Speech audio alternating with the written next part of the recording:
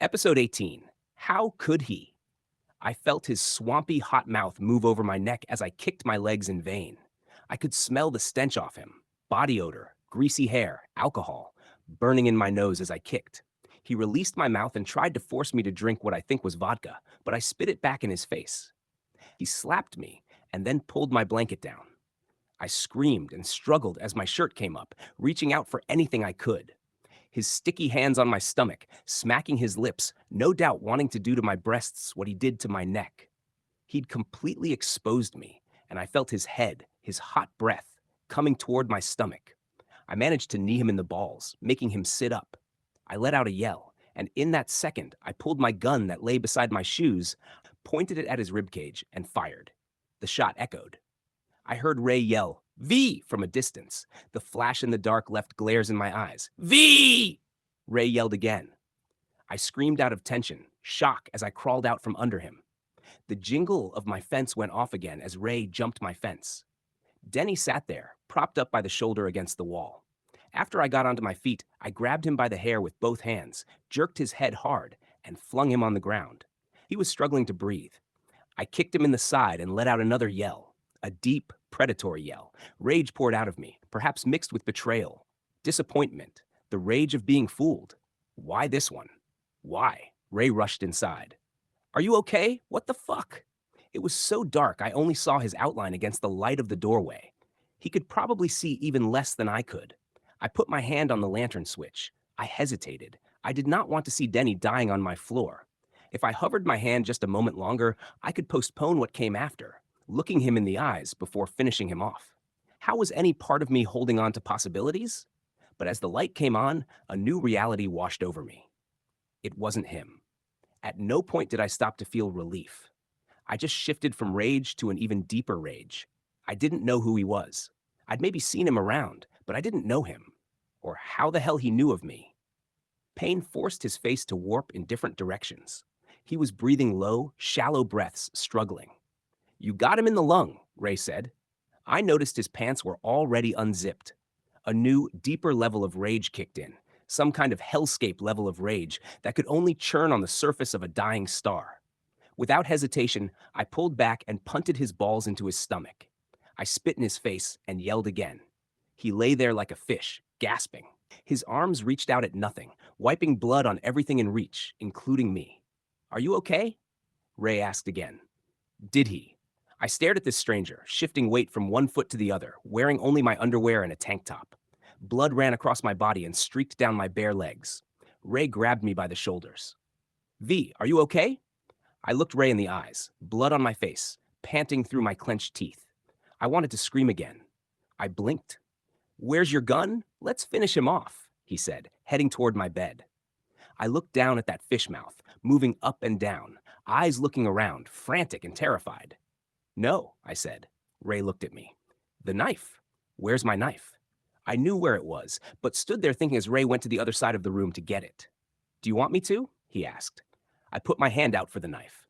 "Hold his arms," I said, and Ray pinned his hands down. I put one leg over the intruder and bent down, positioning the knife over his gasping mouth, pulling it up and down, taking aim between his gulps of air like one might time a shot at put-putt on the windmill hole, his mouth opening and closing as he wheezed. I wanted to jam it right into that swampy mouth that had just been on my body, right down his throat. But at the last second, I decided that's not what I wanted to do.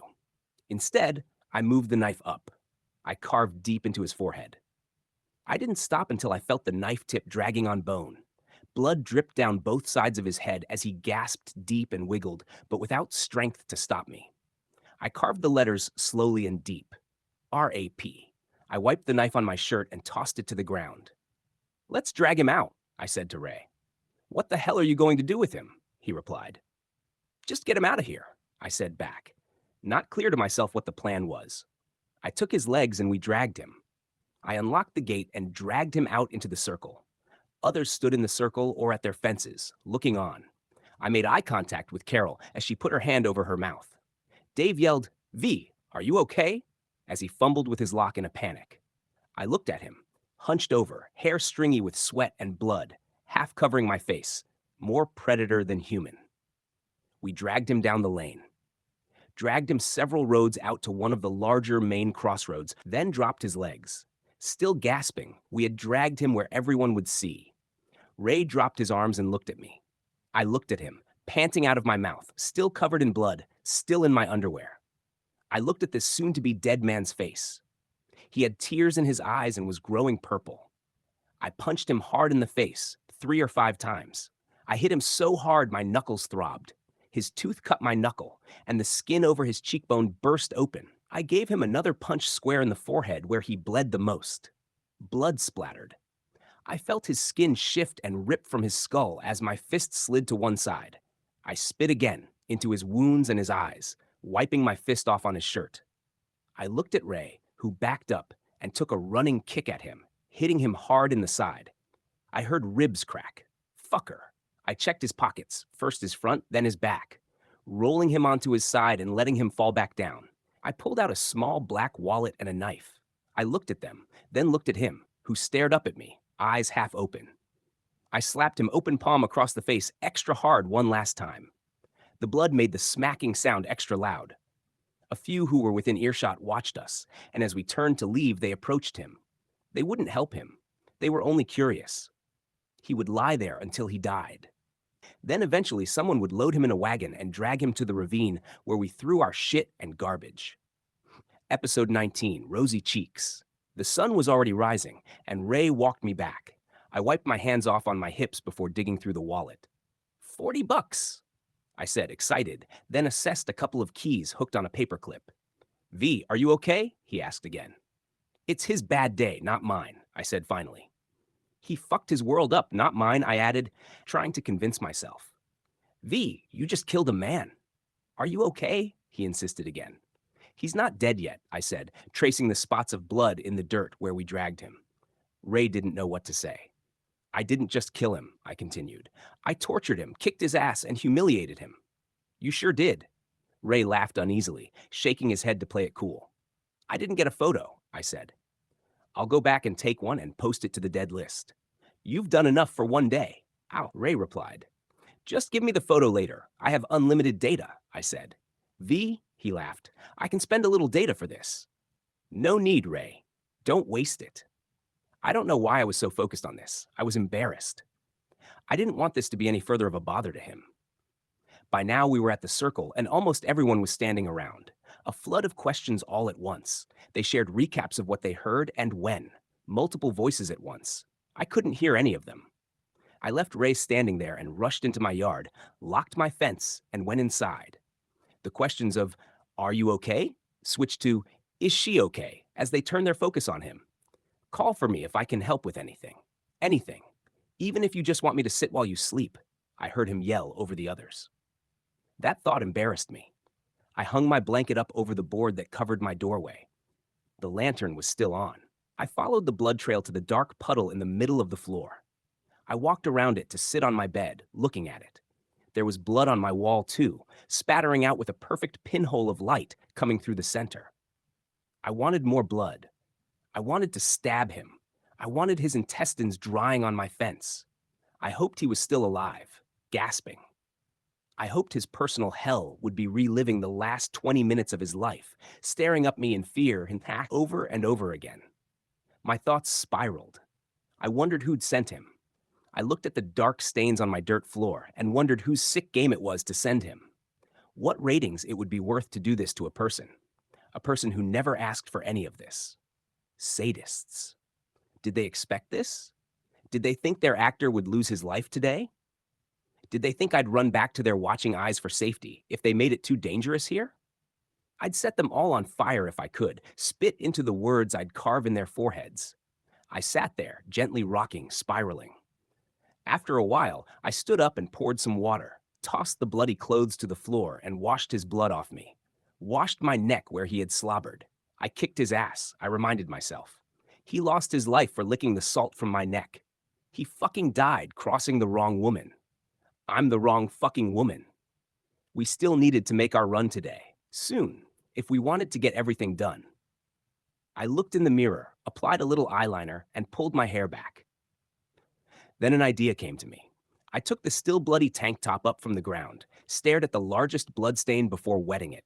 I studied my face in the mirror and carefully applied his blood to my cheeks, testing to see how much looked right. It gave me a perfect rosy glow. It looked ridiculously good. I looked more alive than I had in a long time. I'm the wrong woman to fuck with, I told myself again. Today I'll march into the city, in front of all their eyes, unbothered, with their man's blood staining my cheeks. They won't even know he is dead for another few days. I'm in charge of my life. Assholes. I pulled on some turquoise shorts and a coral flowered top. I'm a killer, I thought, pulling on my sneakers over mismatched socks. A killer, I repeated, replacing the spent bullet into its magazine. A killer, I said, pulling my hair through the back of my cap, twisting it into a bun, and inserting my chopsticks. I picked up his wallet to pull the cash out and flipped through the other pockets. Martin Banks was his name. Marty.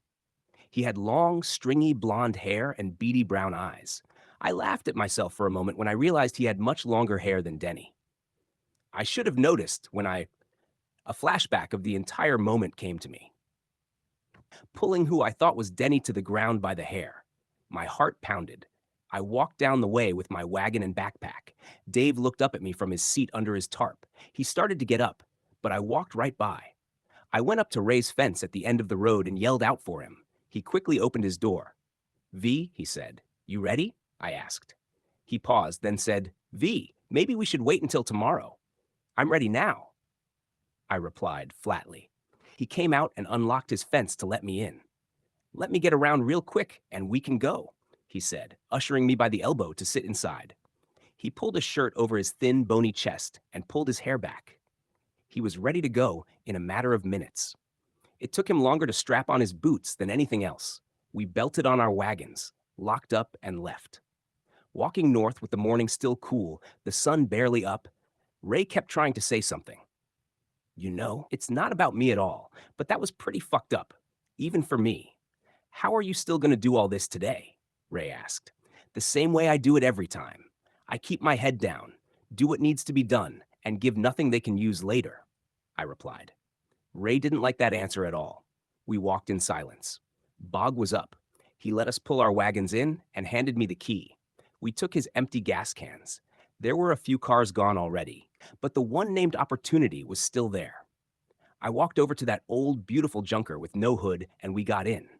The checkpoint cleared us fast. There wasn't much to sniff out. I drove fast, letting the still cold air sting my arm as I hung it out the window, letting it go numb. Somehow, the discomfort grounded me. Ray sat with his window up, looking cross about the cold.